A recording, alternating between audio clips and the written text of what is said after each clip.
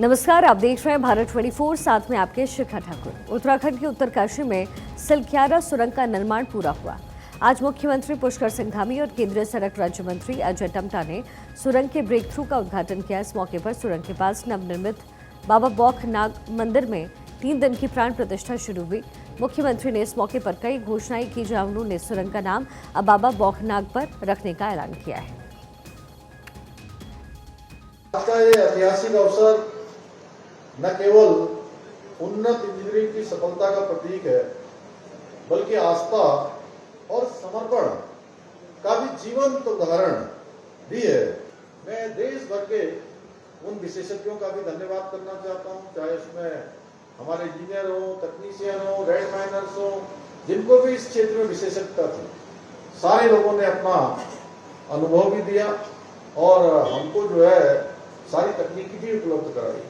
लेकिन ये सब काम तभी हमारा संपन्न हुआ जब हमने बाबा बौखनाथ जी को उनके मुख में वहां पर माली जी के साथ विराजमान किया और उस समय मैंने बाबा बौखनाथ जी का मंदिर बनाने की घोषणा की थी। ये सुरंग यमुनोत्री और गंगोत्री को जोड़ती है, जिससे 25 किलोमीटर की कठिन और जोखिम भरी हुई दूरी मात्र 8 से 10 मिनट में पूरी हो जाएगी। सुरंग की लागत 1384 करोड़ रुपए है, जिसमें निर्माण, भूमि अधिग्रहण और 4 साल के रखरखाव का खर्च शामिल है। इसका निर्माण 9 जुलाई 2018 को शुरू हुआ। ये चारधाम यात्रा को आसान बनाएगी और गंगा यमुना घाटियों के बीच की दूरी कम करेगी। यमुनोत्री विधायक संजय डोभाल ने कहा कि ये सुरंग दोनों घाटियों को करीब लाएगी और पर्यटन को बढ़ावा देगी। उत्तरकाशी जिले की लाइफलाइन है और प्रत्येक को उत्तरकाशी जिले का आम जनमानस, प्रत्येक व्यक्ति को इस जब ये टनल शुरू हो जाएगी, हर एक व्यक्ति को फायदा पहुंचेगा। क्योंकि यमुना घाटी के लोगों को जो राड़ी एक डांडा एक ये माना जाता था कि सर्दियों में आने जाने आवाजाही में बहुत दिक्कत होती थी, अब इसके बनने से समय भी बचेगा और कभी कोई भी परेशानी का सामना नहीं करना पड़ेगा। सिलक्यारा टनल का काम पूरा होने का केंद्रीय मंत्री नितिन गडकरी ने भी स्वागत किया है। गडकरी ने पोस्ट कर लिखा, ये एक ऐतिहासिक पल है, ये भारतीय इंजीनियरिंग का शानदार उदाहरण है। जल्द ही इसका काम पूरा होगा और ये चारधाम यात्रा में महत्वपूर्ण भूमिका निभाएगा। सीएम धामी ने आज पौड़ी गढ़वाल का भी दौरा किया है, जहां केंद्रीय मंत्री अश्विनी वैष्णव के साथ ऋषिकेश कर्णप्रयाग रेल परियोजना की सुरंग संख्या T8 और T8M के ऐतिहासिक ब्रेक थ्रू कार्यक्रम में शामिल हुए। 14.57 किलोमीटर लंबी इन डबल ट्यूब सुरंगों का निर्माण अत्याधुनिक टनल बोरिंग मशीन यानी TBM के माध्यम से सफलतापूर्वक पूरा किया गया।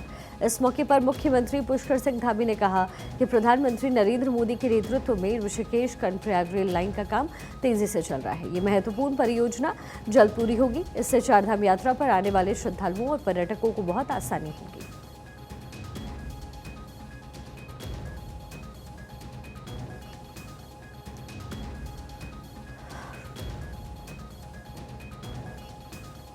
उत्तराखंड दौरे पर पहुंचे केंद्रीय मंत्री अश्विनी वैष्णव ने नेशनल हेराल्ड मामले को लेकर के कांग्रेस पर निशाना साधा। उन्होंने कहा कि कांग्रेस के लोग इस मामले में बहुत निचले स्तर की राजनीति कर रहे हैं। वैष्णव ने साफ किया कि ये कोई राजनीतिक मुद्दा नहीं है, बल्कि भ्रष्टाचार का मामला है। उन्होंने कहा कि कांग्रेस को इसकी जिम्मेदारी लेनी चाहिए।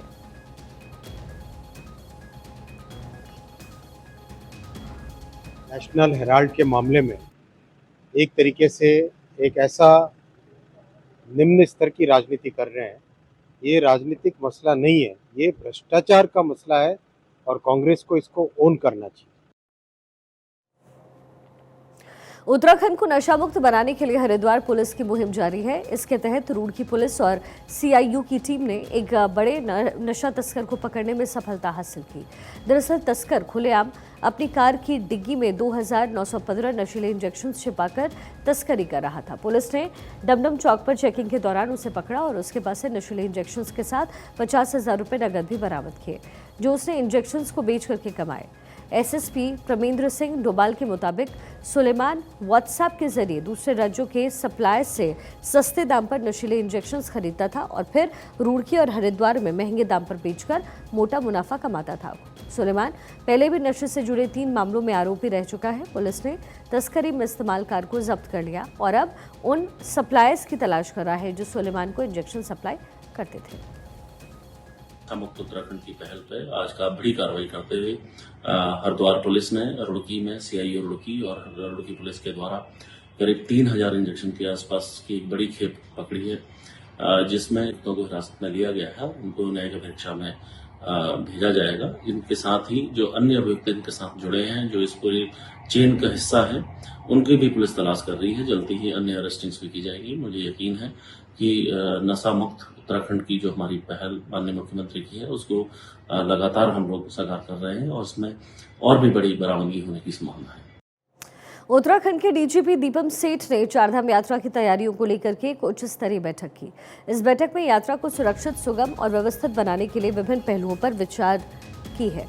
चारधाम यात्रा, जो कि उत्तराखंड के 4 पवित्र धाम यमुनोत्री, गंगोत्री, केदारनाथ और बद्रीनाथ की तीर्थ यात्रा है, हर साल लाखों श्रद्धालुओं को आकर्षित करती है। इस साल यात्रा 30 अप्रैल से यमुनोत्री और गंगोत्री के कपाट खुलने के साथ शुरू होगी। इसके बाद 2 मई को केदारनाथ और 4 मई को बद्रीनाथ के कपाट खुलेंगे।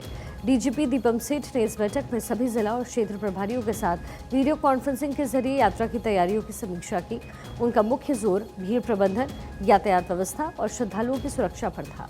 उन्होंने कहा कि पिछले साल लगभग 48 लाख श्रद्धालुओं ने चारधाम यात्रा की और इस साल भी बड़ी संख्या में तीर्थवासियों के आने की उम्मीद है। इसे ध्यान में रखते हुए पुलिस ने व्यापक तैयारियां शुरू कर दी हैं।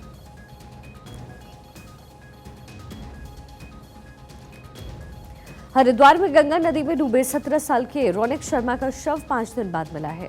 रौनक, जो कि बुलंदशहर का रहने वाला था, 11 अप्रैल को प्रेमनगर आश्रम के पास गंगा में डूब गया। सूचना मिलते ही एसडीआरएफ की टीम मौके पर पहुंची और खोजबीन शुरू हुई।